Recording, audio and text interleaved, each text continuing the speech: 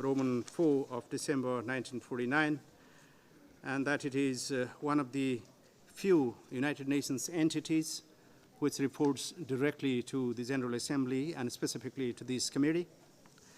The committee will hear today from the Commissioner General on the situation of UNRWA, its operations, as well as financial and other challenges it has to face, and also from the member states. It is hoped that we will have a fruitful exchange during the next 2 days with the Commissioner General, from whom we are all eager to hear this afternoon. A few words before we start. The Middle East, as you know well, is torn by unrest and crises of different nature.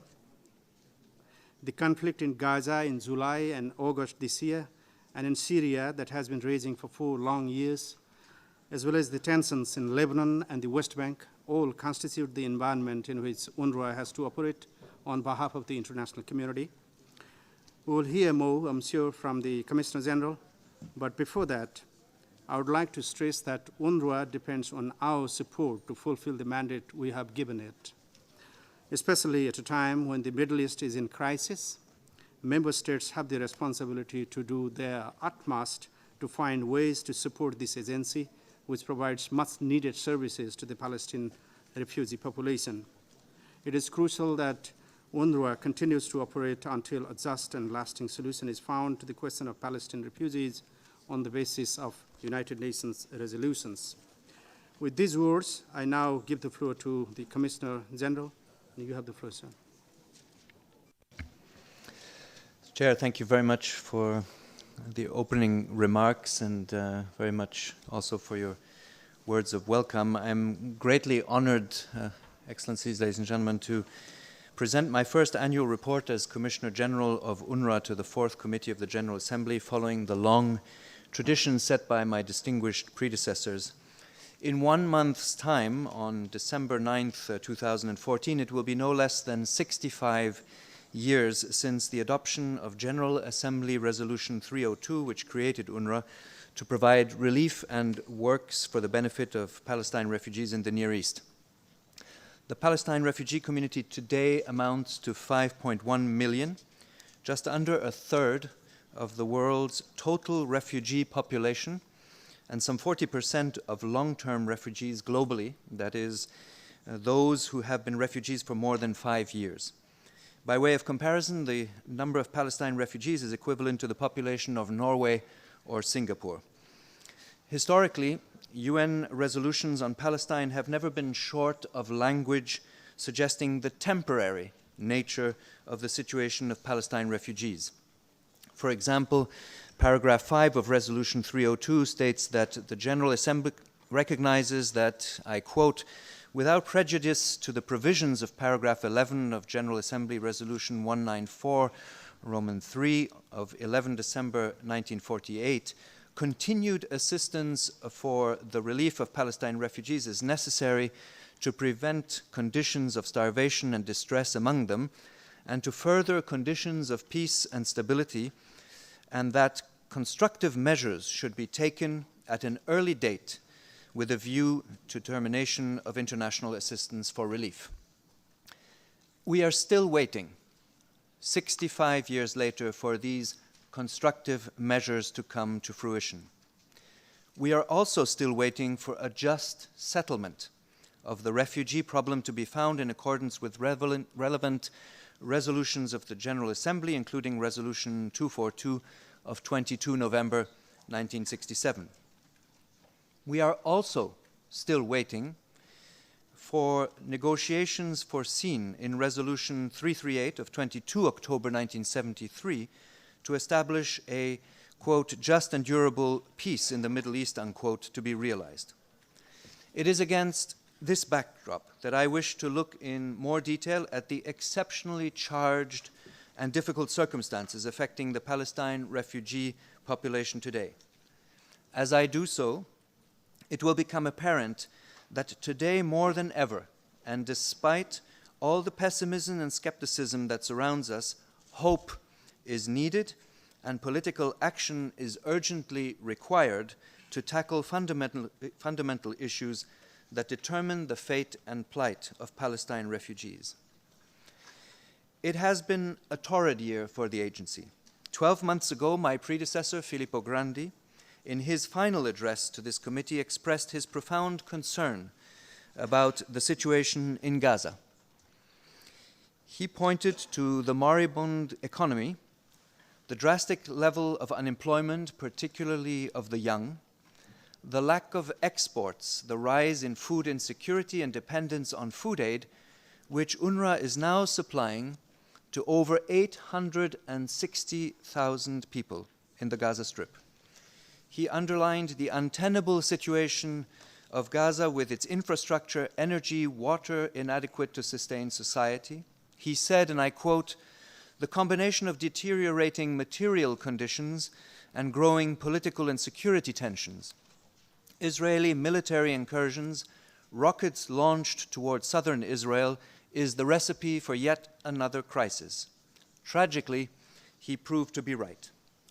In Gaza today, Palestine refugees and non-refugees alike are just emerging from the unprecedented violence and destruction experienced during the 50-day conflict in July and August. We have all been shocked by the killing of over 1,500 civilians in Gaza, including 538 children, 306 women, and 11 UNRWA colleagues and staff members. Some 1,500 children have been orphaned. 11,000 people were injured, including 1,000 children, who will live the rest of their lives with permanent disabilities. 5 civilians in Israel have also been killed. We have witnessed the widespread traumatization of civilians and children, the obliteration of homes, leaving 110,000 people homeless, the loss of livelihoods, the destruction of more than 500 businesses, the crippling of the Gaza power plant, the killing of 40% of Gaza's livestock, as well as the wrecking of prime agricultural land. At the peak of this crisis, almost a third of the population of Gaza fled their homes. UNRWA alone sheltered and assisted almost 300,000 displaced persons in 90 of our schools. Shockingly, UNRWA was affected by 7 incidents of munitions fired at its schools, 3 of them with deadly consequences, resulting in over 42 deaths and an estimated 200 persons with multiple injuries. We unreservedly condemned attack on UN premises, which constituted violations of international law by Israel, and we have called for investigations and accountability, a call that I repeat here today. We also discovered weapons components hidden by Palestinian groups in 3 of our schools. We were proactive and transparent in informing all key parties about these discoveries, and we publicly condemned these violations of international law. The independent board of inquiry to be established by the Secretary General will look at all major incidents that affected UN operations, notably those of UNRWA, during the crisis. The accent now is on rebuilding Gaza. The Cairo Donors Conference of 12 October, ably co-chaired by Egypt and Norway, brought forward significant pledges to rebuild Gaza. It is urgent to concretely activate these pledges. For its part, UNRWA is seeking $1.6 billion to enable it to rebuild 14,000 destroyed refugee homes, repair 70,000 refugee dwellings, and 118 UNRWA buildings, rehabilitate camp infrastructure, and provide essential relief food and temporary shelter to those in need. Rebuilding refugee homes alone is expected to cost around $700 million. Other UN agencies also require financial assistance to support non-refugee communities. It is now essential that the international community supports the Palestinian government of national consensus to lead the way forward in reconstructing Gaza. And much, as you know, needs to be done. I was particularly pleased by the outstanding coordination between the government of national consensus and the UN family in preparing the joint assessment document ahead of the Cairo conference. For major rebuilding to take place, The commercial traffic through the crossing points into Gaza, Kerem Shalom and also Eretz, needs to be massively and sustainably expanded. This, in turn, requires the swift and full implementation of the UN-brokered temporary reconstruction mechanism between the government of Israel and the Palestinian government of national consensus, setting out the arrangements for bringing increased supplies of building and other material into Gaza. In addition, exports of goods and produce from Gaza, reduced to virtually zero in recent years under the blockade, need to be resumed. Without rapid progress on these two tracks, Gaza will continue its precipitous slide with growing unemployment, a total lack of prospects, especially among young men and women, increased aid dependency, and increased poverty. In these desperate times, with winter approaching, I cannot emphasize enough the imperative need for the beleaguered people of Gaza to see progress on the ground now. To allow this to happen, building sites and rubble also need to be cleared. An urgent task is to secure and destroy a minimum of 7,000 explosive items, including unexploded aircraft bombs and ammunition left in the rubble of buildings. UNMAS, which has been immensely important in helping to secure UNRWA premises to clear over 200 sites, needs a further $2.5 million for the period 2014-15 to continue and complete its work in Gaza. Meeting these challenges will require all stakeholders to uphold their responsibilities and to be held to account if movement and supplies into Gaza is impeded or not facilitated in good faith. For its part, UNRWA will continue to assist the just over 30,000 displaced persons remaining in 18 of our school buildings, as well as provide rental subsidies and support to others pending the rebuilding of their homes. We are immensely grateful to donors who have funded 75% of our $300 million emergency appeal, and to those who will help us rebuild refugee homes in the future. I wish in this context to thank the many new donors who have come forward in recent months to support UNRWA. And I wish here to name Mexico, Colombia, Namibia, Azerbaijan, and Thailand, to mention just a few, as well as the remarkable generosity from our traditional donors and private sector.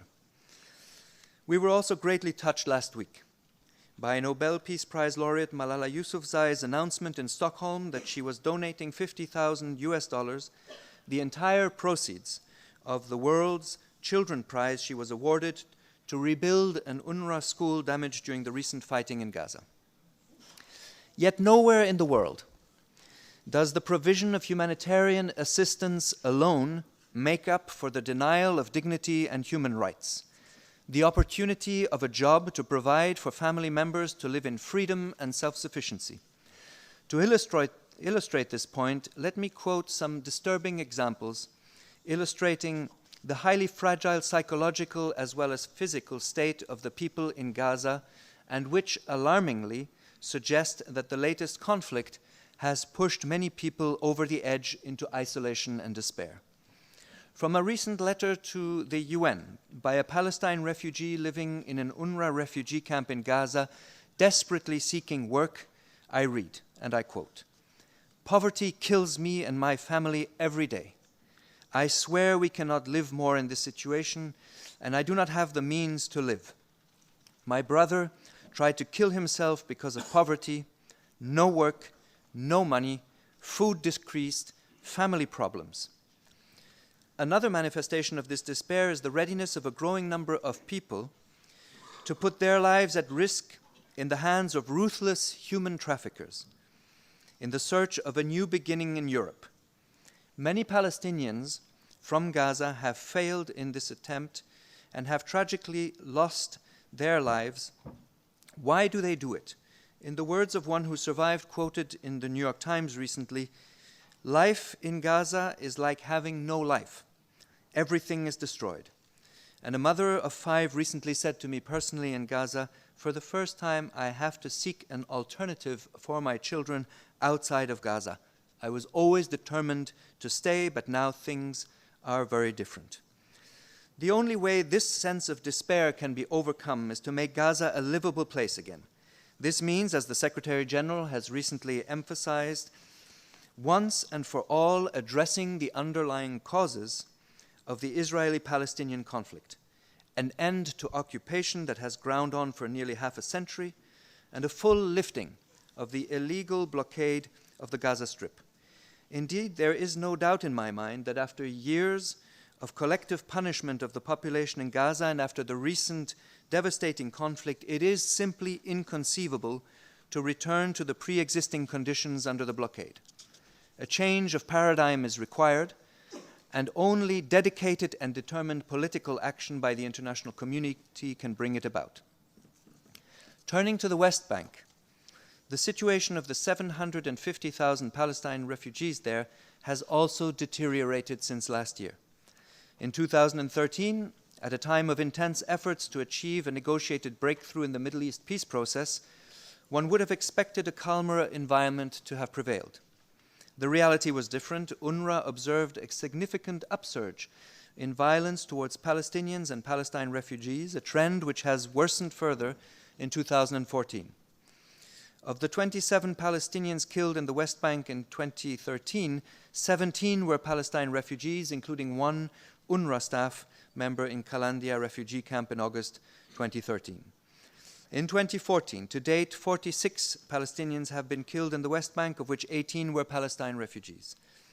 Of the 458 Palestinian-owned structures demolished by the Israeli authorities since the beginning of 2014, the majority in Area C, at least 100 belonged to Palestine refugees. An important element of UNRWA's protection work in the West Bank relates to our concerns about the threatened, forcible displacement of approximately 7,000 in around 45 residential areas, including all the sensitive E1 area. Forcible displacements of persons from land under occupation is a breach of international humanitarian law. Many of these Bedouin are registered with UNRWA as refugees.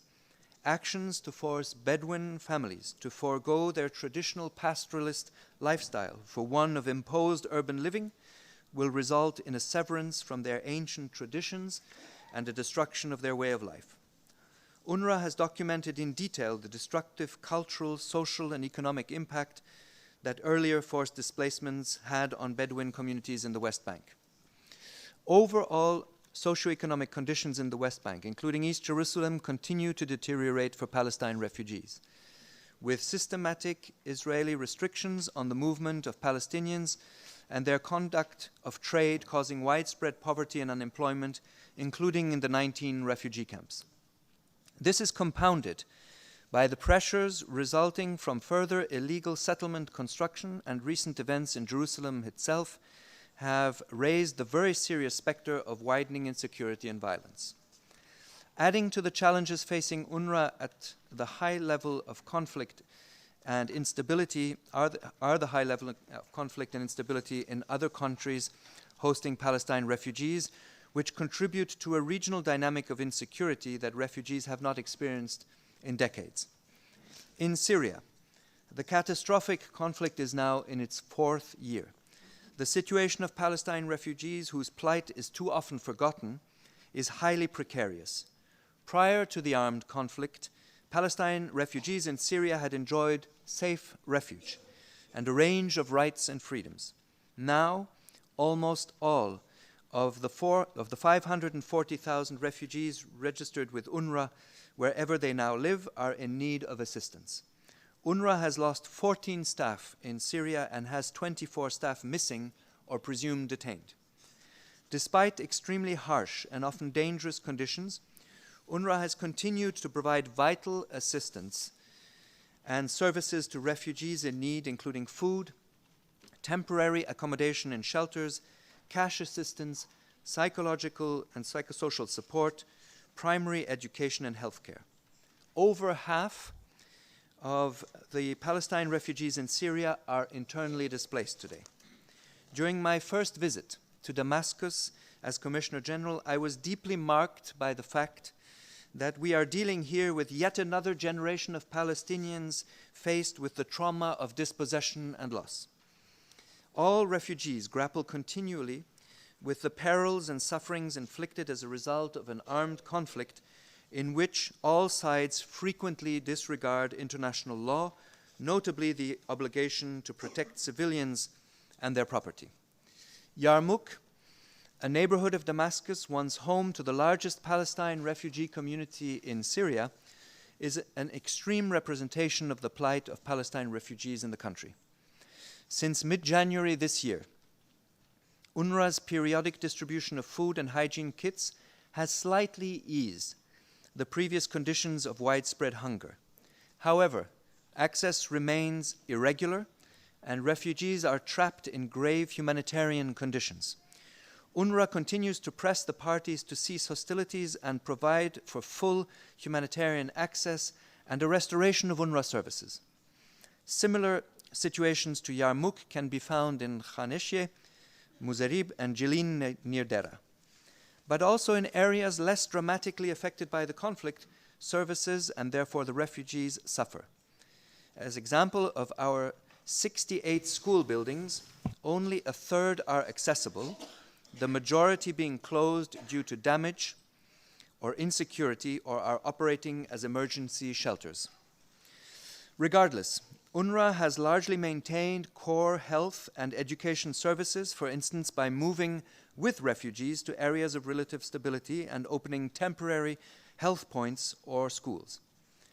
Our 4,000 local staff often show incredible courage keeping services running, also in areas unreachable from our main offices. In light of the precarious situation of Palestine refugees in Syria and in neighboring countries, it is incumbent on me to mention that only 47% of UNRWA's regional crisis response needs of $417 million have been met this year, an amount which is not sufficient to enable us to provide enough regular basic support to the Palestine refugee community in Lebanon, Jordan, and in Syria. If this funding trend continues, it will effectively mean UNRWA is forced to give up its focus on human development and give priority to life-saving activities only. In Lebanon, with its history of complex relationships between ethnic and religious communities, the approximately 400,000 registered Palestine refugees live in often very difficult economic and social circumstances, many in cramped dwellings in overcrowded refugee camps. Among the 5 fields of UNRWA operations, Lebanon has the highest percentage of Palestine refugees living in abject poverty. In addition, approximately 44,000 Palestine refugees from Syria have fled to Lebanon, almost all of whom UNRWA is assisting with health, food, and educational services. While UNRWA fully recognizes the enormous burden placed on Lebanon by the massive influx of refugees from Syria, amounting to 25% of the entire Lebanese population, and the need to strengthen the resilience of local communities hosting these displaced people, UNRWA believes, nonetheless, that Palestine refugees from Syria should be admitted to Lebanon, notably those in need of special medical treatment and those seeking to reunite families. UNRWA also considers that efforts to provide greater work opportunities for Palestine refugees should be pursued so that the refugees can take care of their families and contribute productively to Lebanese society. I also want to emphasize the importance of providing support to UNRWA so that it can complete the reconstruction of the Nar el-Bared camp, which was destroyed in 2007.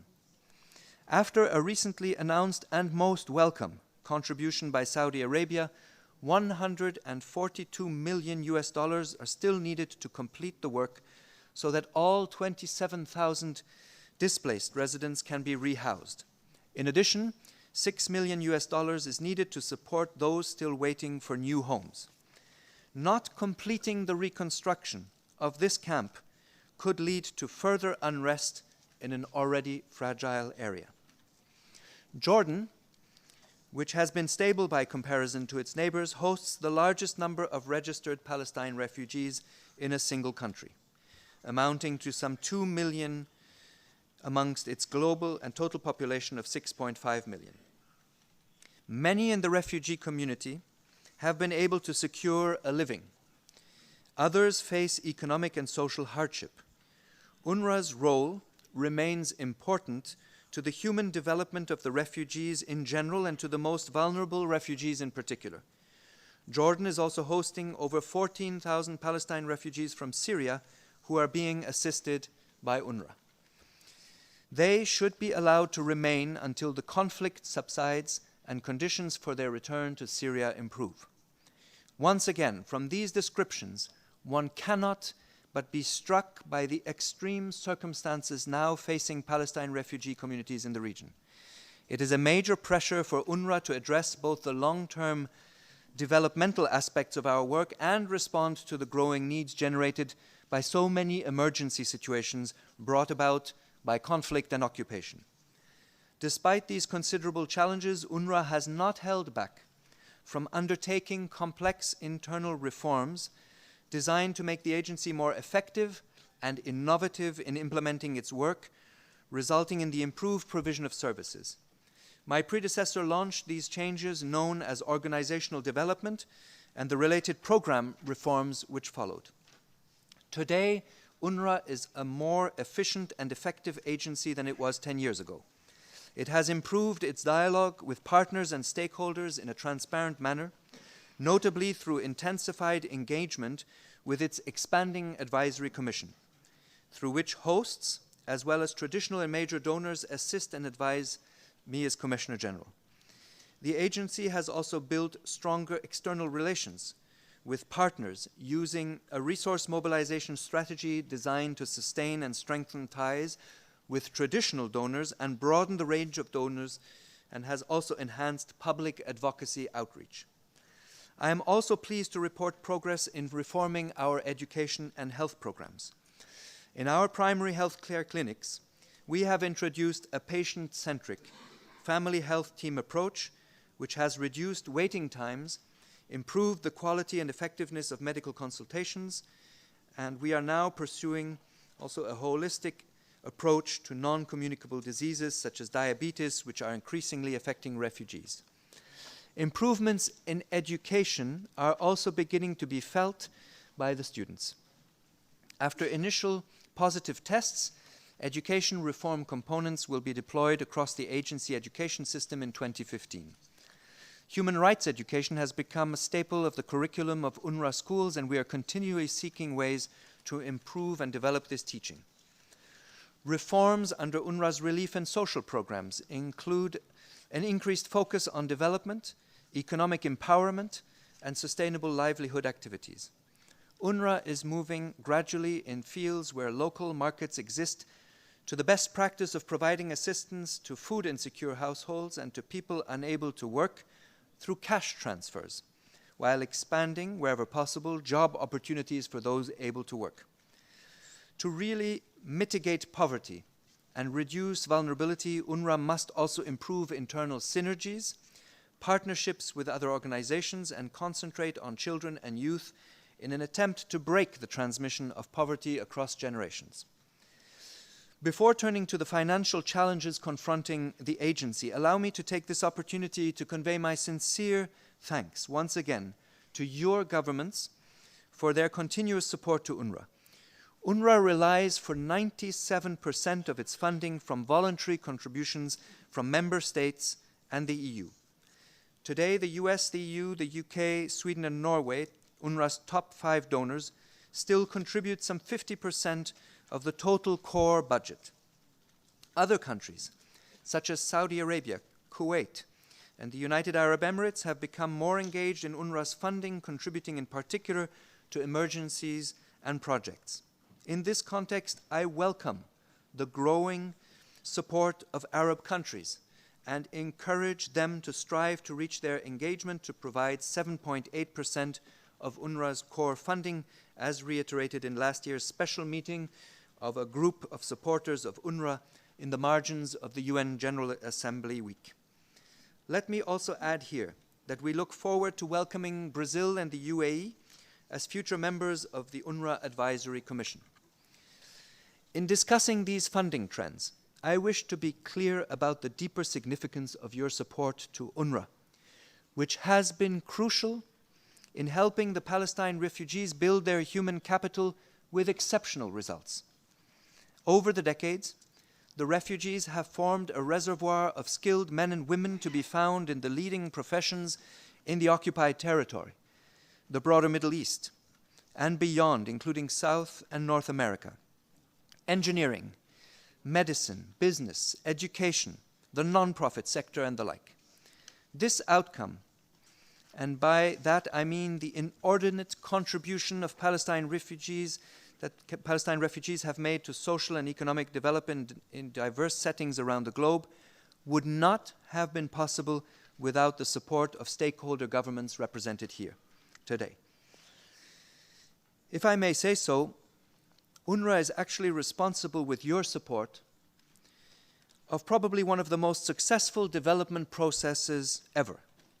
We believe that donors and hosts should recognize this and sometimes take more credit for it.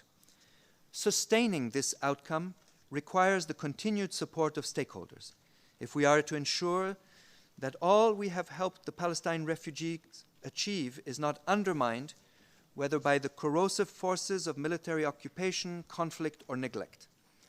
In this context, financial support remains essential, and the continuing engagement of the international community is vital.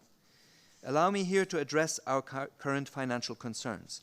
As in previous years, UNRWA, which has no financial reserves of its own, is facing a shortfall in the general fund, which is used to finance the agency's core activities of education, health, protection, relief, and social services.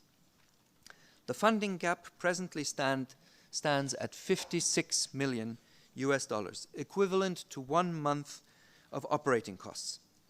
We took a series of internal measures this year, first to reduce our initially even higher deficit, but with only 2 months to go before the end of the year, and noting the dire consequences that would result from a failure to meet this shortfall, I urge all member states to find ways to fund UNRWA's core work before year-end. While UNRWA has made stringent efforts to continue controlling its expenditure, something I am determined to take further, the fact is that the refugee population is growing. Needs are not static. We would like, therefore, to encourage new partners to come forward and to play a role in investing in the human capital and the human security of the refugees. Your help and support are needed. The upcoming UNRWA Pledging Conference on 3 December will provide an opportunity to commit financial support to UNRWA. Before concluding, I want to acknowledge and pay tribute to the work of UNRWA's 30,000 staff spread across the 5 fields: doctors, nurses, teachers, and social workers, who are for the most part themselves refugees, who give us an unparalleled connection with the communities we serve. UNRWA's main achievements would not be possible without the dedication, bravery, and expertise of its staff.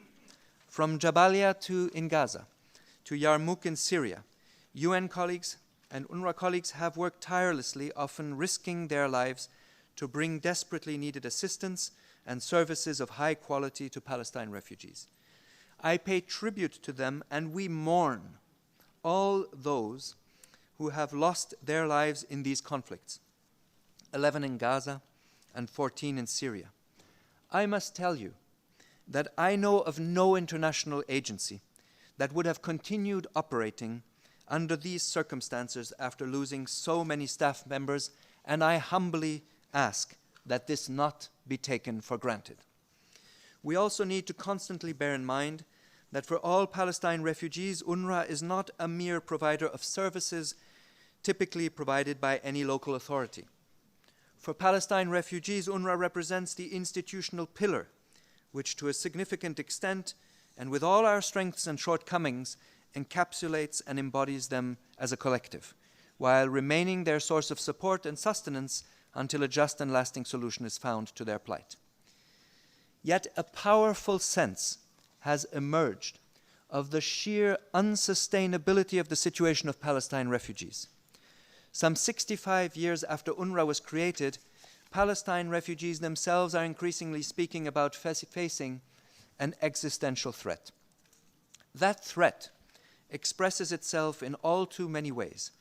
Some may well be outside the immediate and direct influence of the member states represented here today, but other threats, including the ongoing and continuing occupation of Palestinian territory, should obligate us to take concrete and remedial action in keeping with responsibilities and obligations under international law.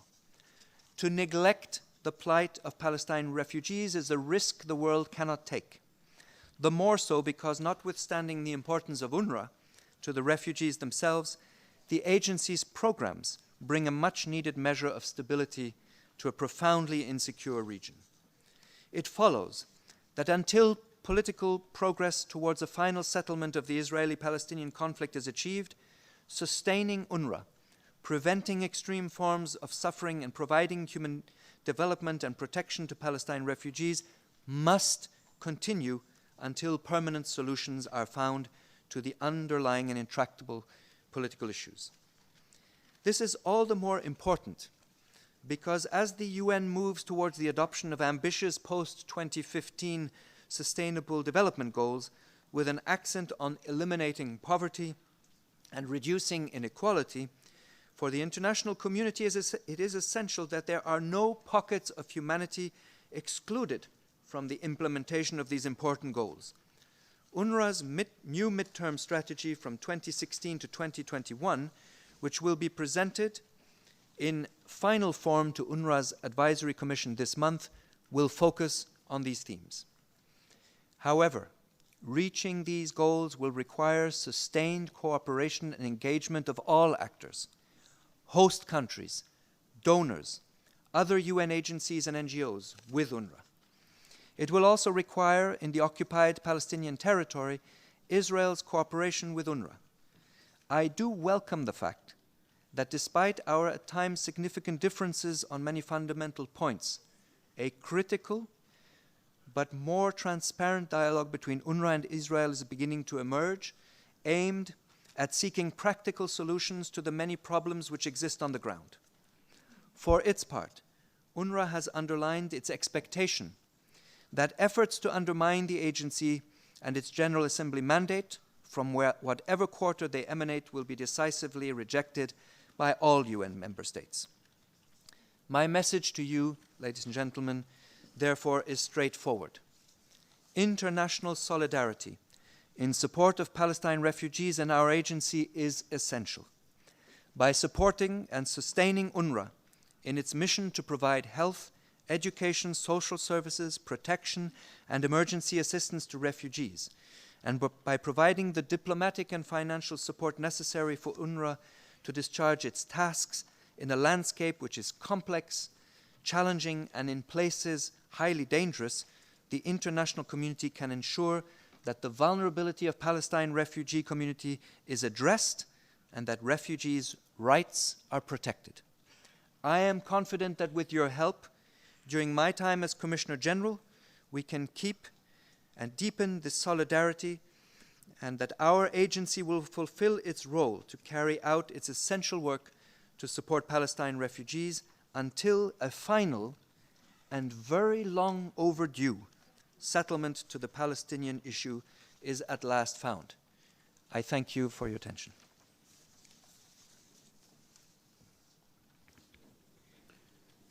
I thank the Commissioner General for his statement. And distinguished delegates,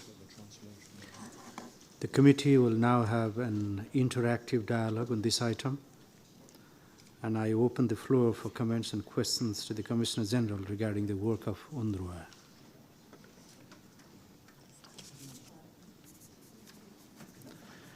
I give the floor to the distinguished observer of the State of Palestine. You have the floor, sir.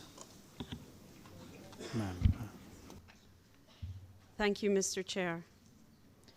On behalf of the delegation of the State of Palestine, I wish to express our appreciation to Mr. Pierre Krähenbühl, Commissioner General of UNRWA. I thank him for his presentation of the agency's annual report to the General Assembly and his comprehensive briefing on UNRWA's work over the past year. a year that he has just described as witnessing great turmoil and vast devastation gravely affecting the Palestine refugees. I also reiterate Palestine's sincere congratulations to Mr. Krähenbühl on his appointment as Commissioner General, assuring him of our support and cooperation, and expressing confidence in his ability to successfully lead the agency and to continue essential advocacy on behalf of the Palestine refugees pending a just solution.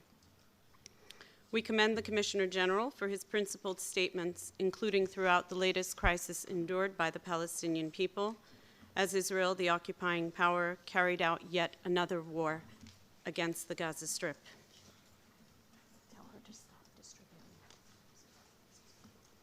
Sorry. We recognize your efforts to draw international attention to their plight, including the injustice of the Israeli blockade on Gaza, to ensure the provision of emergency assistance to them, and your appeals for respect for their rights. You have given voice not only to the needs of the refugees, but also to their immense suffering, fears, and insecurity at a time when they have felt increasingly abandoned, particularly due to the repeated failure of the international community to protect them in the midst of ongoing conflict. At this time, I also wish to reaffirm the gratitude of the Palestinian people and government for the valiant efforts of the staff of UNRWA, who you have graciously recognized. They have upheld the agency's humanitarian mission with commitment and courage, despite a volatile and complex operational environment and rising challenges. We express appreciation to Deputy Commissioner General Margot Ellis, to the Directors of Field Operations, and UNRWA's entire staff, international and national, for their dedication to providing the Palestine refugees with education, healthcare, relief, and protection, as well as emergency aid and hope in times of crisis. We recognize further the sacrifices of UNRWA's Palestinian national staff, who serve in conditions often endangering their own lives to ensure continuity of support to refugees in need, yet remain the only UN staff in the area not entitled to hazard pay, an issue that must be fairly rectified. We pay tribute as well to the 11 staff who lost their lives during the recent Israeli onslaught on Gaza, as well as the 14 staff tragically killed in the ongoing conflict in Syria. We honor their selfless humanitarian service to their people under occupation and in exile, and convey our deepest condolences to their families and colleagues. Mr. Commissioner General, I wish to ask of you the following. You have addressed the massive displacement of Palestinian civilians during the recent Israeli war against Gaza, with more than 500,000 people displaced from their homes at the height of the conflict, more than 30,000 of whom continue to shelter in UNRWA schools. Could you please share with the committee further details regarding the conditions in these shelters, the provisions necessary to support the long-term internally displaced, as well as the funding support required by the agency in this regard? I thank you. I thank the distinguished observer delegate of the State of Palestine. I now give the floor to the distinguished representative of Egypt.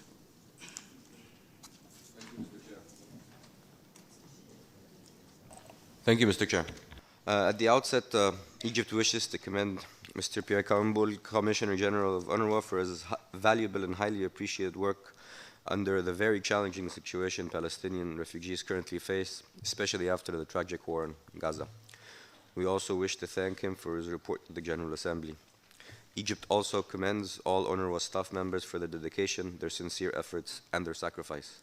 And as we mourn the 2,150 people killed during the war in Gaza, we also solemnly mourn the 11 UNRWA staff members killed in that conflict while discharging their noble duties.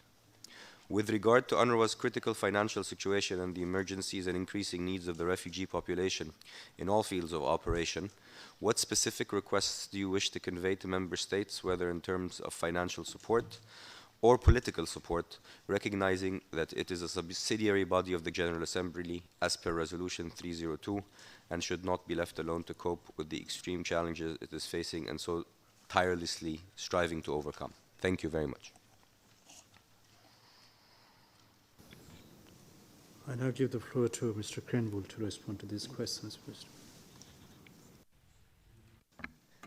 Well, thank you very much for both the supportive comments, which we take, of course, as a very strong statement of encouragement to pursuing our efforts, both, of course, in Gaza and in all of the other fields in which UNRWA is operating. And I take note with gratitude of your comments on the principled positions that were taken also during the conflict in Gaza. On the specific question, the massive displacement that took place during the Gaza conflict, I think, has to be understood in a variety of ways. First of all, 500,000 people displaced, of which 300,000 were sheltered for much of the conflict in 90 UNRWA school buildings, has to be seen in terms of the context. I can just refer it to the equivalent of twice the population of my hometown of Geneva being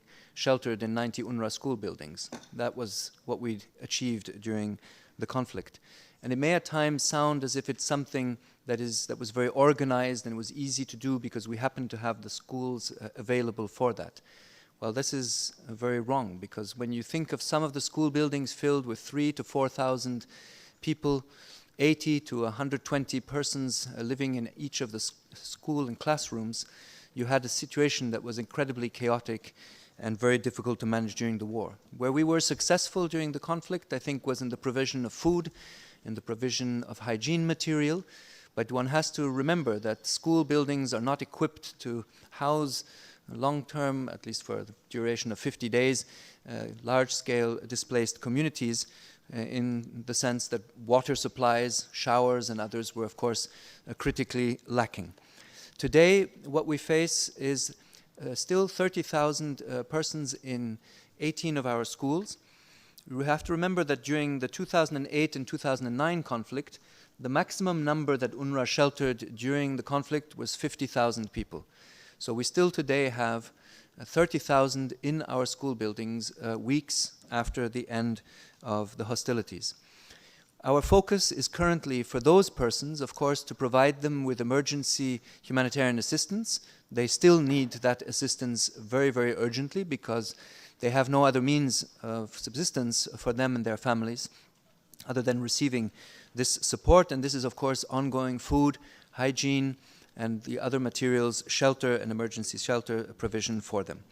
Then we have a second component of our current focus, which is recovery work. This is for people whose homes were more lightly damaged during the conflict, who have windows and doors and maybe a wall to repair, but they can do it themselves, and where we will and have started to distribute cash to help them to be able to repair these apartments and homes that they have lived in. But then, in a larger sense, and of course the 30,000, many of the 30,000 who are still in our schools are part of the larger 110 to 120,000 people who are homeless today in Gaza because their homes were entirely destroyed during the war. And we estimate that 20,000, well, it's more than an estimate, it's now a very detailed assessment, 20,000 housing units were entirely destroyed during the war. And so we have a huge task ahead to rebuild. And these are the conditions that, of course, I think I really want to emphasize to all of you, because I have heard in the run-up to the Cairo conference, but also even still now, a concern often voiced by donors, which is it really reasonable to reinvest now in the rebuilding of Gaza without assurances that what is rebuilt won't be redestroyed in a couple of years' time? Whilst one can understand the concerns that are at the basis of this question, I have to tell you that it will take only a few more weeks or a couple of months before the population of Gaza moves from shock to despair and anger. And this anger will be turned against all the actors of goodwill that are currently involved in the reconstruction and rebuilding process. Those are the actors such as UNRWA and UNDP and other parts of the UN family, but also the government of national consensus. And there really is not a lot of time. So I want to convey in the strongest possible terms, this is not a time to simply sit back and wait and see how the situation in Gaza develops. It is much too critical for that. And I would really insist that this be well understood and reported also back to your respective capitals. In terms of what specific requests would be addressed to you as member states in this room on this occasion in a larger sense in terms of what UNRWA is currently focusing on, as I understood your point. I think, first of all, an ongoing request for strong diplomatic support. And I say it diplomatic support to our work. We do need this. The lobbying that you can carry forward in terms of describing the importance of UNRWA's historic mandate, of course, the reasons why we still exist at 65, the fact that support and financial assistance is required to the agency would be important messages. Of course, financial support is very important to our work. And I have to emphasize here that really our biggest challenge, and it's a little bit a paradox in a certain way, is to obtain money for the core of our budget, what we call the general fund of UNRWA, which is the part of the budget that is the most difficult to support. And I will tell you in part why. Of course, on the one hand, we know that emergencies tend to attract greater attention in the donor community for sometimes understandable reasons. Needs are very big, they're very urgent. Support is urgently required, as now in Gaza or as is the case in Syria. But I must say that if we were to face interruptions of our ability to have teachers giving the lessons and the classes in the schools of UNRWA throughout the region because of financial gaps in our funding, it would be a major blow to the agency's credibility and ability to pursue its historic mandate. I think it is very important that the classrooms continue to operate, that the clinics continue to provide services.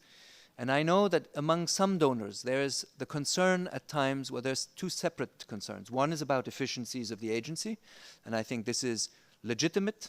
We need to be questioned and challenged, and that is part of a normal and necessary dialogue with donors.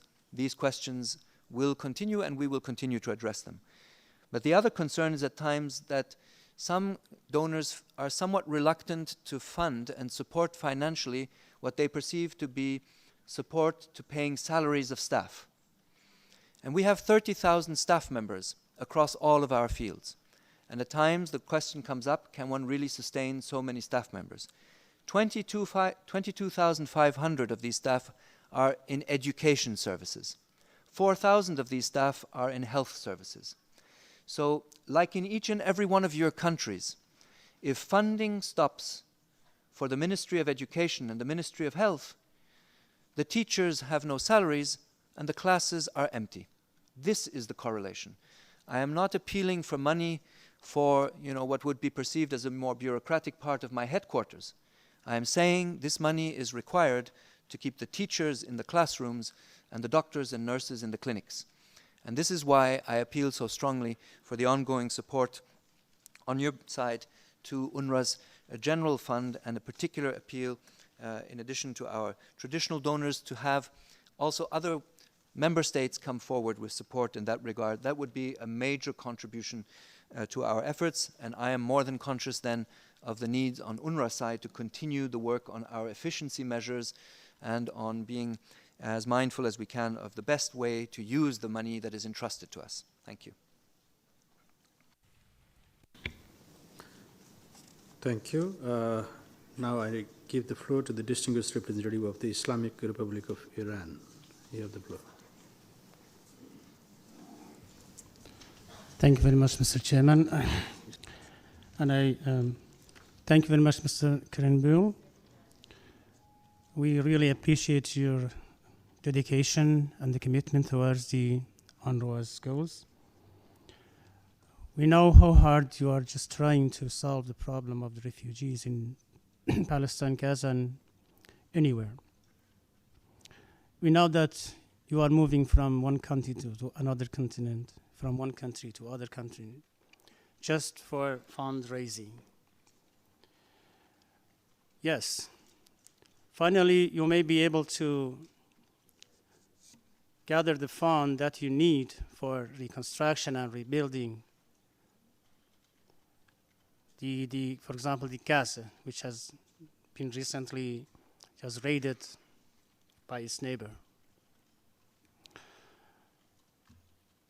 But, you know, what is the use of all this trouble that you are taking? What is the use of all these efforts that you are making? You build everything and reset everything in Gaza, for example. And then, few months later, the occupying power just simply decide to attack it by airplane and destroy everything that you have already built and reconstructed. Thank you. I thank the distinguished representative of the Islamic Republic of Iran, and now I give the floor to the distinguished representative of Malaysia. You have the floor. Thank you, Mr. Chairman. I would first like to express my delegation's appreciation to Mr. Pierre Krähenbühl, Commissioner General of UNRWA, and for his earlier presentation and for the report submitted to the General Assembly as contained in document A6913. Mr. Chairman, I would like to address a question through you to the Commissioner General. Mr. Commissioner General, since your appointment, you have been outspoken on the illegality of the Israeli blockade on Gaza and the need for its lifting to allow for genuine change in this unsustainable and unjust situation, including for allowing for urgent economic recovery and opportunities for Gaza's large youth population. While we welcome the UN tripartite agreement regarding access and reconstruction for Gaza, we believe we are all in agreement that this is only a temporary remedy in the immediate period, and that a complete and immediate lifting of this illegal and inhumane blockade on the Palestinian people is imperative. Until then, however, I wanted to ask if the current mechanism has facilitated the agency's efforts to provide services and to begin the reconstruction of the thousands of refugee shelters damaged or destroyed in the recent Israeli aggression on Gaza, as well as those that remain unrepaired following past aggressions. And what obstacles do you continue to face in this regard? Thank you. I thank the distinguished representative of Malaysia, and I now give the floor to the distinguished representative of Israel. You have the floor. Mr. Krähenbühl, thank you for the opportunity to hear your words today. We met each other several times in Jerusalem over the past year. As you know, I'm the director of the relevant department in the Israeli Foreign Ministry, which is entrusted with the daily coordination work vis-à-vis UNRWA. And as you well know, during the 50 days war that we had this summer with Hamas, I liaised with your people on the ground several times a day, 24/7. And I made sure that all my colleagues were always accessible to the needs of the UNRWA team on logistical, consular, administrative, and operational levels. Indeed, both sides, I believe, acknowledge the unprecedented level of cooperation between us. I came here all the way from Jerusalem, not in order to cross rhetorical swords, but in the perhaps naive hope to engage in a business-like, matter-of-fact debate about how to alleviate the difficulties for the Palestinian families and refugees that suffered as a result of the Hamas-triggered violence this summer, and to identify a way forward that would make the future better for all of us, not just Palestinians, but Israelis as well. And this is why I was surprised to hear that you devoted over 25 minutes of your speech to an exhaustive analysis of the of the war in Gaza this summer, whereas you devoted less than 5 minutes to analyzing the war in Syria, which has lasted not for 50 days, but 3.5 years. I have several questions for you. First of all, during those 4.5 minutes that you devoted to the Syrian crisis, of course, from the point of view of the suffering of Palestine refugees, it's not your mandate to discuss the Syrian war, you omitted to mention any statistics about the casualty figures amongst Palestine refugees in Syria. You treated us to a detailed breakdown of the number of people killed and injured in the Gaza Strip this summer, as well as number of destroyed homes and property, livestock, and all of that, yet not a single statistic in respect of Syria. Would you perhaps share with us your analysis? Secondly, you mentioned 7 incidents during the war in Gaza in which UN installations were damaged. As you well know, Mr. Krähenbühl, we started internal investigations in Israel. One of the 7 instances has already been referred to a military criminal investigation. We are still looking into the 6 remaining incidents, yet you hastened to condemn Israel for a violation of international law, even before those internal investigations were concluded. However, I listened in vain during the 4 minutes that you dedicated to the situation in Syria to a single word of condemnation. Whom do you condemn, if anyone, for the suffering of Palestinian refugees in Syria? Who laid a siege for more than 3 years to the Palestinian refugee camp Yarmouk? Are there any people we can point fingers at? You mentioned several members, I believe you mentioned 14 staff, UNRWA staff members in Syria that have disappeared, presumably detained. Who is detaining them? Do we have an address? Do we have an identity? Finally, my most important question is about proportions. Only a few days ago, the UN High Commissioner for Refugees said, and I'm quoting, "Syria has become the great tragedy of the century, a disgraceful humanitarian calamity with suffering and displacement unparalleled in recent history." These are the words of the UN High Commissioner for Refugees. The proportion of your speech devoted to Syria, as opposed to the proportion of your speech devoted to the war in Gaza, would provide those critics of UNRWA, growing number of critics, by the way, and not just in Jerusalem, in Washington, in Canada, in London, and many other capitals, those critics who are saying that UNRWA is fast converting itself, transforming itself from its original role of humanitarian assistance organ of the UN into a political advocacy organ of the Palestinian Authority. What would be your response to that? Thank you. I thank the distinguished representative of Israel, and I now give the floor to the distinguished representative of Pakistan. Thank you, Chair. The report refers to UNRWA's construction of 30 new schools, buildings in Gaza. We welcome this development as a means of alleviating the long-time shortage of classrooms and overcrowding of schools.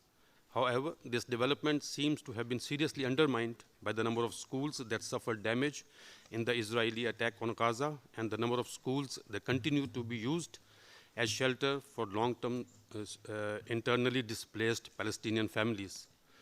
Could you please explain how UNRWA is dealing with this matter and where the children whose schools have been damaged or are inhabited by displaced are receiving education? Thank you. I thank the distinguished representative of Pakistan, and I now give the floor to Mr. Krähenbühl to respond to these questions and comments.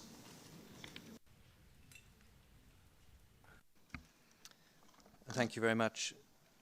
On the first comment as to even if we would manage to cover the financial requirements on Gaza, what would be the use of this with all the efforts? I think, first of all, the role that UNRWA has is to focus on humanitarian and development issues.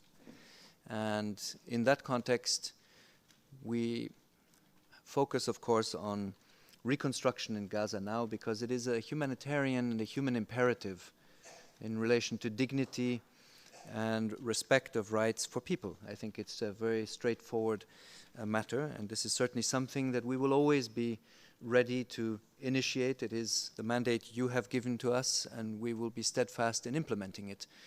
And it is fairly unique in the international system to have an agency that has both the humanitarian focus, the life-saving role in emergencies, and the developmental aspect, which I consider to be, by the way, one of the very fascinating parts of UNRWA's role, because precisely because we focus on the development of human capital, we are not simply trapped in repeating every year the same humanitarian emergency assistance, and therefore have contributed to, as I said during my earlier part of the statement, to probably one of the most interesting human development processes ever, at least since the creation of the United Nations. And this part, I think, is an important one. Now, of course, whatever we do is in a political context. It is in a political environment defined by the behaviors of actors, of and member states, and, of course, also of non-state actors that are present on the ground. And this defines the environment in which we operate. And occasionally we have to point to the consequences of these behaviors in terms of the humanitarian implications of this. Right now, I think we want to work with all actors involved to try and make sure that progress is achieved for the people of Gaza. And our emphasis will be on trying to find solutions for that. At the same time, of course, we will remind of the wider implications of the circumstances for the people of Gaza related to the blockade, for example. And I have to tell you that I was very struck by the figure that was shared with me during my very first visit to Gaza in April, when I noted that out of the 1.8 million people, 830,000 at the time, this has increased further since, people were on UNRWA's food distribution lists, compared to 80,000 in the year 2000. So clearly a direct consequence of the blockade itself. And therefore we will look at these parameters continually. But this should not be the reason for us now not to engage actively, openly, and constructively, and with a lot of conviction in the process of rebuilding homes for the people of Gaza. I think you as member states then have a number of responsibilities as far as the political dimensions are concerned, but indeed this is not UNRWA's role. I was asked by the representative of Malaysia on the tripartite agreement and how this mechanism is or not allowing the process of reconstruction to go forward. I think we're at the very beginning. During the recent visit of the Secretary General to Gaza, the first building and construction material was facilitated. It came through, and the first of this material has now also been sold to members of the population who are looking for the repairs and rebuilding of their homes. I think what is very important to understand is that the quantities that are needed for the reconstruction to go forward are, of course, huge, and it will not be enough to have occasionally a few trucks going through. It will, of course, be necessary to have very regular flows of construction material to go forward. And this is something I think we have to look very much forward to and work on, all of us together, in close cooperation with all of the actors on the ground, the government of national consensus, with Israel, and other actors that are present. So I think this is an important part. And the reason why I think this is so important is also related to another parameter that, again, whatever one's considerations in wider political or ideological terms, my concern about the situation in Gaza is also fueled by the fact that over half of the population of Gaza is under 25 years of age. And these are people, young people, who many of whom have gone through either UNRWA or other schools, but many through UNRWA schools. And when I said that human capital development is an important achievement of UNRWA over the years, in other words, the ability for young people, by the way, in Gaza, boys and girls, our schools are completely gender equal in the sense of having 50% of the school children in Gaza are girls being educated. Now, of course, if we engage in that process, but as children come out of the schools after 9 years of learning, they find no jobs at the other end, it is a big concern for their future and also for the stability of the region. Unemployment is probably one of the most serious risks hanging over the future of Gaza. And this is a point that can be addressed by the improved access of building material, which would generate employment. But of course, we still advocate for a wider lifting of the blockade to enable exports and imports to resume and to have people return to what has been very often the case in the past in Gaza, the ability in self-sufficient ways to address the needs of their families and not to be dependent on UNRWA food assistance, as I indicated. Now, the questions from the representative of Israel, and I thank you for being direct and explicit. I completely acknowledge the significant progress and positive developments in terms of our daily coordination. I think both in the discussions that we had with you, but also with representatives of COGAT, and in particular the regular exchanges we had also with General Mordecai on any issue pertaining to the operations is something that was significantly better than every report that I have heard, both from you and from us, about the 2008 and 2009 conflict. I think this is important to note because it makes a difference in terms of carrying out operations. And there were moments where we faced both security parameters and others that we were able to resolve together in open and straightforward discussions. This is to be noted, and I think it's also deeply and clearly acknowledged by us.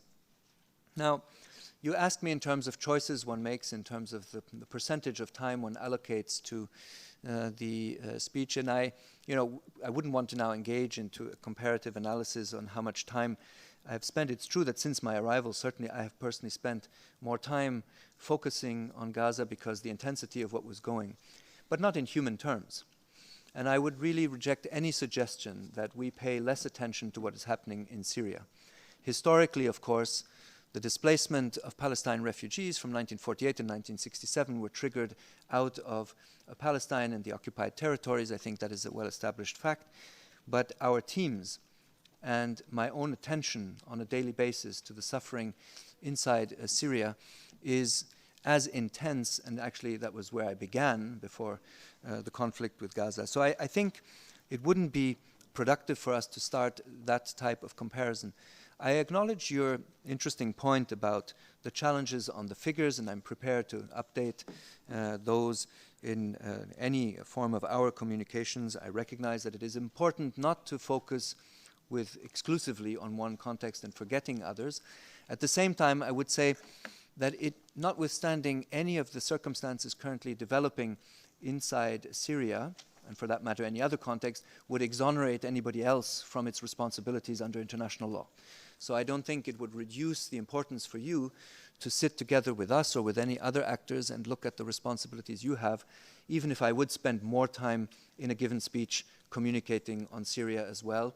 And to be very sincere, during my first visit, I also publicly highlighted with specific examples attributed to the different parties in the context about what I consider to be either insufficiently serious attention to rules of international law or violations that affect people. And Yarmouk is an example, of course, it is. What populations have faced in Yarmouk, the level of destruction of Yarmouk, caused and brought about by both actions by the government forces in the context and by opposition groups are clearly established and documented, and we can describe those in any amount of detail if that is needed, and indeed I wouldn't hesitate to do that. So I think these issues are on the table. You indicated then the issues of the 7 cases and the investigations into the schools.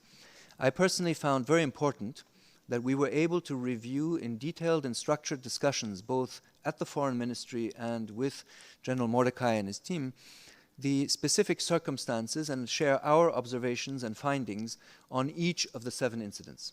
It was important to be able to do that, and we consider that under these circumstances you are indeed, as would be any other state for that matter, have responsibility under international law to carry out those investigations. And we have also made our contribution by making our analysis available to your investigators, which I think is an important part of our engagement on these questions. We will continue to work with you on these matters. And you indicated it in part of your comment, I think you will have seen that my approach has been not to shy away from sitting down with you to discuss these matters.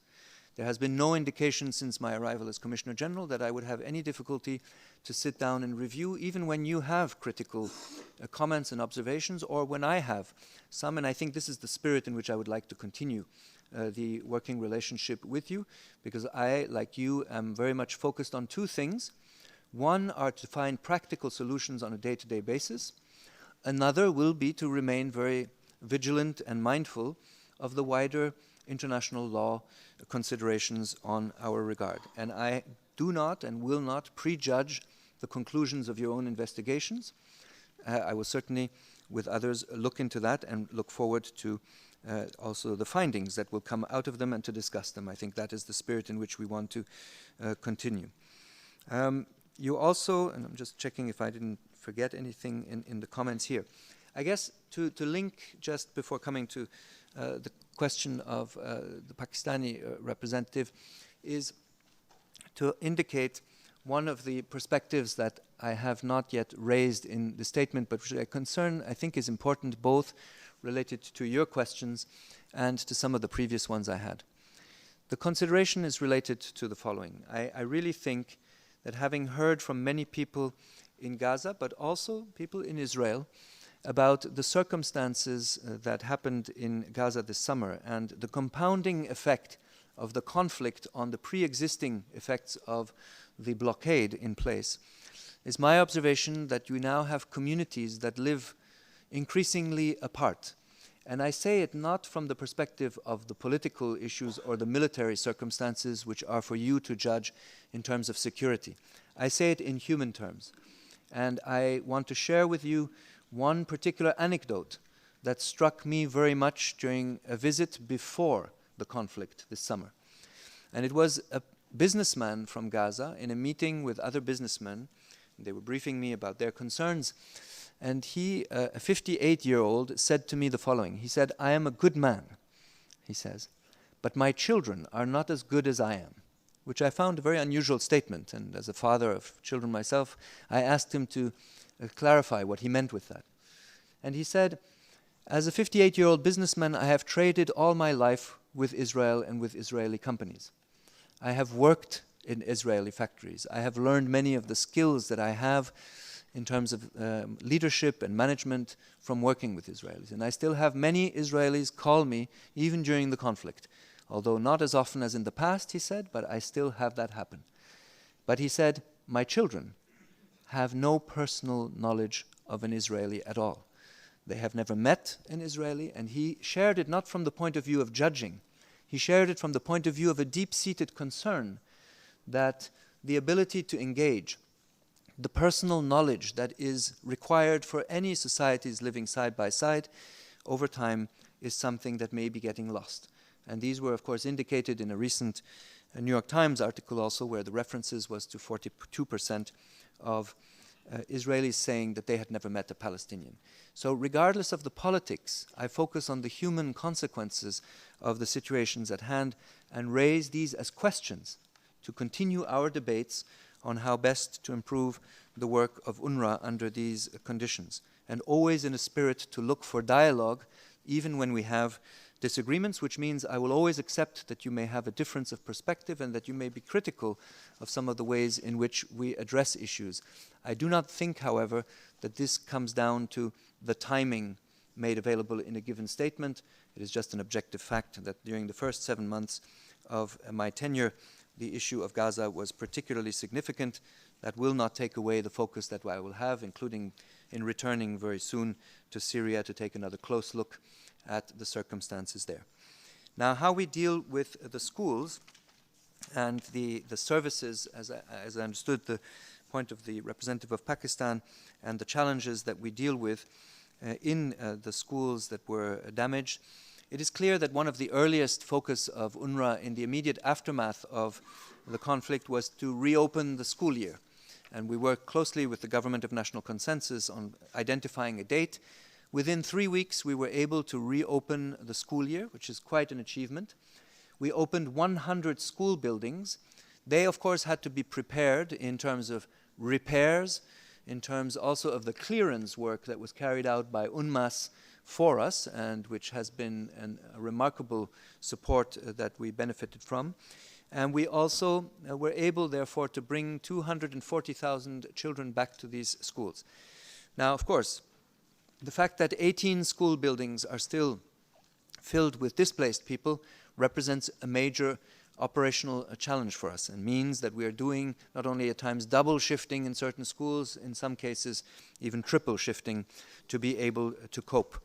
But I think we will all appreciate how important it was for children to be able to return to classrooms, to find their classmates again, though not all of them, and to resume the learning that is so important. And that the schools became again not embattled grounds, but grounds of learning and hope, is a very important element. So we are, of course, working actively precisely to try and find other solutions for the displaced who are still in some of our schools, in order to be able to make these schools again available as soon as possible for learning and for classes. This is why your help in financial terms to rebuild the homes of the families that have lost homes would have such an important consequences, positive consequences for UNRWA and for the work that we do in terms of education. Thank you. I thank Mr. Krähenbühl for his response as Commissioner General of UNRWA. And distinguished delegates, we now proceed towards the general debate on this agenda item. Before the committee begins the general debate, I shall first give the floor to the distinguished representative of Norway, Ms. Mina Said, in her capacity as rapporteur of the Working Group on Financing of UNRWA, to brief the committee on the work of the working group, the report of which has been issued in document A/69/391. You have the floor, ma'am. Thank you, Mr. Chairman. Norway has the honor to introduce the report of the Working Group on Financing of UNRWA, which was adopted on 18th September 2014 in the presence of the chair of the Working Group, the permanent representative of Turkey, Ambassador Halit Çevik, the senior liaison officer of UNRWA's representative office in New York, Mr. Mark Lassaoui, and DPA's deputy director for Middle East and West Asia Division, Mr. Darko Mochibob. Mr. Chairman, last year, my speech, I pointed out that the financial situation of UNRWA is developing into a full-fledged crisis. 1 year later, UNRWA still finds itself in the midst of that crisis. In addition to the agency's need to provide emergency assistance in the aftermath of the unprecedented destruction caused during the conflict in Gaza in July and August of this year, and to continue to provide vital support for 480,000 Palestine refugees remaining in Syria, and to assist 42,000 Palestine refugees in Lebanon with health, food, and educational services, all the while facing the acute funding shortage in all 5 fields of operation. As the rapporteur for the Working Group on the Financing of UNRWA, along with the distinguished members of the Working Group here present, I must express my profound concern over the large funding gap anticipated for the General Fund, as well as for the Gaza Reconstruction and Emergency Appeal and the Syrian Regional Crisis Plan. I strongly encourage the international community to redouble their efforts to close these gaps and thus enable UNRWA to effectively respond to the needs of the 5.1 million Palestine refugees under its care. Mr. Chair, UNRWA currently faces a shortfall of 58 million on its general fund in 2014. Approximately 80% of the agency's general fund expenditures relates to staff costs, like teachers, doctors, social workers. Once again, there is a risk that thousands of committed staff members will not receive their salary in December if action is not taken immediately. The working group reports that the agency has renewed its appeal to donors to make additional efforts to fully fund the agency's core budget and emergency appeals. In particular, for Syria and Gaza, where the agency has to support hundreds of thousands of Palestine refugees facing extreme challenges. The agency now has virtually no working capital. Unrealistic though it may be, in today's circumstances of increasing demand on the world's humanitarian resources, an injection of $165 million would be needed to provide UNRWA with a working capital to create a minimum safety cushion for the agency's finances. The working group calls for the prompt and complete fulfillment of outstanding donor pledges to UNRWA. It takes note of the importance of the agency's planning purposes of early payment of pledges, coupled, where possible, with multi-year funding commitments. The working group is pleased to note that UNRWA has continued its efforts to widen its donor base to reach non-traditional sources of funding. The agency continues to develop its partnership unit, which works closely with emerging markets, the private sector, individual philanthropists, and foundations. Mr. Chairman, UNRWA faces not only financial difficulties, but also heightened political instability in its 5 fields, which is adding operational challenges. Tight restrictions on the movement of UNRWA staff and humanitarian goods in and out of the occupied Palestinian territory is a matter of concern for the working group. It calls upon the Israeli government to accord the agency free and unfettered access to and to further open crossings into Gaza to allow for the unimpeded flow of humanitarian aid, commercial goods, and persons consistent with Security Council Resolution 1860. The report details the impact of the Gaza population of the 51-day Israeli military operation in July and August. UNRWA provides emergency assistance to 500,000 people through its shelters and through health and social service facilities. The widespread devastation will have severe implications for the future of UNRWA in Gaza, and the agency will need enhanced support from donors. In March 2014, UNRWA launched an emergency appeal for $300 million, of which 85% would cover activities in Gaza and 15% would cover activities in the West Bank. As of August 2014, UNRWA had received pledges totaling only 37% of the emergency appeal target. Thus, significant cuts had to be implemented in Gaza and the West Bank, including the suspension of the school feeding program. Food assistance for the remainder of 2014 program will not likely be sustained. The report also describes the costly operational challenges as a result of the ongoing blockade on Gaza. Extra staffing, transit charges, and logistical costs resulting from Israeli security procedures in Gaza amounted to $6.7 million in 2013. This is the equivalent of building several UNRWA schools in Gaza. The working group reiterates its concern about the lack of progress in lifting the remaining restrictions and urges Israel to expedite its efforts to ease restrictions, increase the amount of goods entering Gaza, and authorize exports from Gaza to the outside world. In this context, it is vital that the mechanism negotiated between the PA, Israel, and the UN to facilitate increased inputs of dual-use building materials into Gaza works successfully. Mr. Chair, similarly, in the West Bank, access difficulties hinder UNRWA's efforts to provide service to the Palestine refugees. Settler violence has increased by 13% since last year's report. The number of forcibly displaced families due to house demolitions remain high. The Bedouin community, most of which are Palestine refugees, are disproportionately affected. UNRWA has responded to their plight as part of its protection mandate. Mr. Chair, the working group is pleased to note that the Palestinian Authority's exemption of value-added tax has led to decrease in 60% of VAT paid in the West Bank and Gaza over the course of the year. The attention of the working group was also drawn to the consequences of UNRWA and the Palestine refugees of disastrous effects of the conflict in Syria.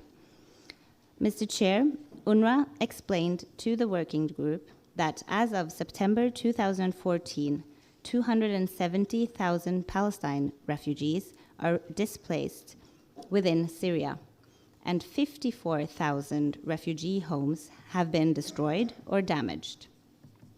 UNRWA stated that the entire Palestine refugee population from Syria, 540,000 people, is in need of assistance.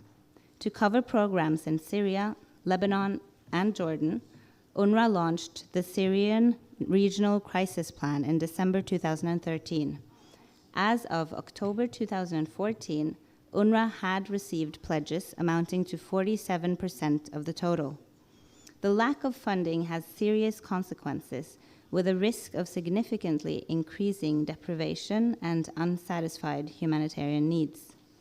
The working group calls on all neighboring countries to maintain open its borders for Palestine refugees fleeing from Syria.